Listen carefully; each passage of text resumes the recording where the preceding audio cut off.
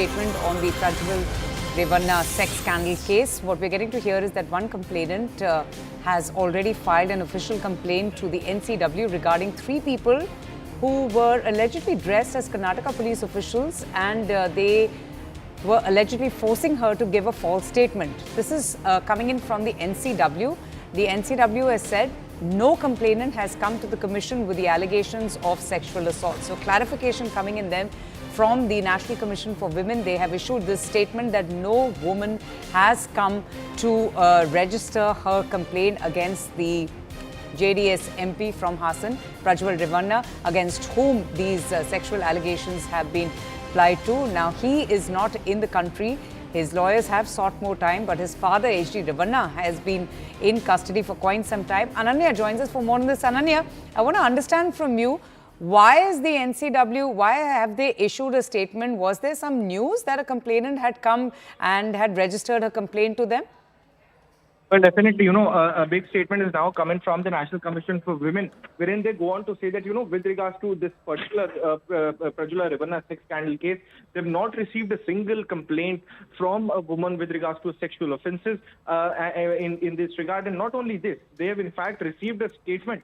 In fact, a complaint wherein it was alleged by a woman complainant that, she was being forced, in fact, to give false statements and was randomly getting calls from various numbers which were threatening her. And not only this, 3 people came to visit her posing in civil dress, posing as, Karnataka police officers, and were posing, in fact, forcing her to give false statements. So this is a big twist that is coming into this whole particular case, and very, very clearly and categorically, if Avantika, I take you through the statement that has been issued by, in fact, the National Commission for Women, and I read with regards to the part that they have shared is that, a special investigation team had been established, and in fact, the NCW lauded the efforts of the Karnataka police, wherein there is a commendable presence of female police officers who have been inducted in this society that is actually investigating into this particular case. But it has also come to light that the report that's been submitted, the action taken report that's been submitted to, in fact, the National Commission for Women, indicates the registration of 2 cases,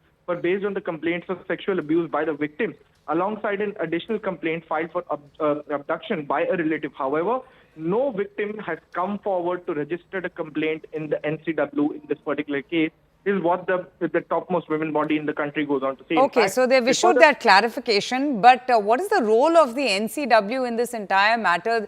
I do know that they had sought a report from the Karnataka police, but there's already an SIT that has been formed that is investigating the case in the state of Karnataka. How is the NCW going to be assisting the SIT investigations, or will they actually be involved in this entire matter? Well, the National Commission of Women is the peer body which looks after the security and safety of women. And in fact, the NCW has clarified that they have not received any kind of a complaint of sexual assault in this particular case. And in the contrary, in fact, one woman complainant came to the commission to register a complaint against 3 people who were dressed in civil uniform, allegedly introducing themselves as Karnataka police officials and forcing her to give a false complaint in this case. In fact, they've stated in this particular complaint that she had stated that she is being called by random phone numbers, threatening her to complain. It has come to light that this complainant was forced by a group of individuals to file a complaint under the threat of potential harassment and false implication. The victim has sought protection for her family's welfare, underscoring the seriousness of the situation. And definitely, the NCW would now go in. They would probably also meet the victim, but that has not been clarified yet. If at all, they will be meeting that particular victim who has filed this particular complaint with regards to, she being forced to give false statements. But definitely, the commission will be issuing some directions either to the Karnataka police or to the state authorities there to provide some kind of a protection to this particular complainant in this particular case. So very, very big developments taking place, almost a twist coming in the Prajwal Revanna. And a very shocking allegation, because if a statement like this is being made that women are allegedly being forced to make a statement under duress, that is something that will have to be taken into account for, given the sensitivity of this entire matter.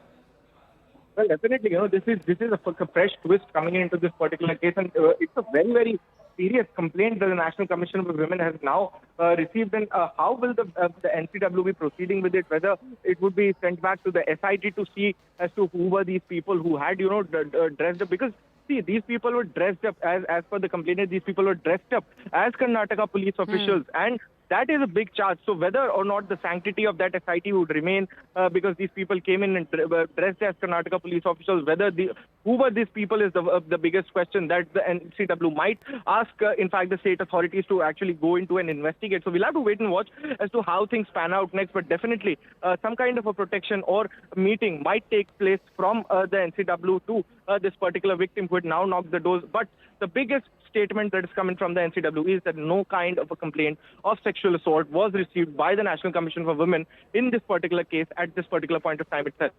You know, this case is quite complicated. It is absolutely shocking. It has created ripples in Karnataka politics. Ananya, up till now, we have just been hearing about the blame game between the Congress party and the JDS-BJP alliance, each one leveling a more shocking charge against the other. But it's the first time that we're seeing a twist in these kind of, in this particular case, with the NCW also coming in and suspecting some sort of a loophole in the ongoing investigations. Well, definitely, this is something that is coming as a fresh twist, and not only, significantly when it comes to the investigation, but also politically, this can backfire for those who are attacking in this particular case. And definitely, this twist can actually, give a little breather to the people who were said to be involved in this big alleged sex scandal. And now with the NCW coming in and going in with regards to, we might see that a meeting may take place with this particular victim, because generally when the NCW receives such complaints, they either try to contact the particular complainant or try to meet the particular complainant, and then to assess the situation there, they also make visits. So if we remember Sandesh Kali, when the NCW had received complaints, they had gone, the NCW chairperson had gone to Sandesh Kali, met those victims. So whether or not a similar thing takes place here is something that we'll have to wait and watch for. And very clearly and categorically at this particular point of time, it's a very, very crucial development that has come in, and a big statement coming in from the topmost women body in the country who's there for the women's welfare and has been working for them for a long time. And that's exactly why, All right, complaint is now. Well, one can only hope that the entire investigation happens in a fair and a free way, and that the perpetrators are brought to justice. Moving on now to some other news. The Navneet Rana versus Owaisi brothers fight that rages on after Navneet Rana, who's the BJP leader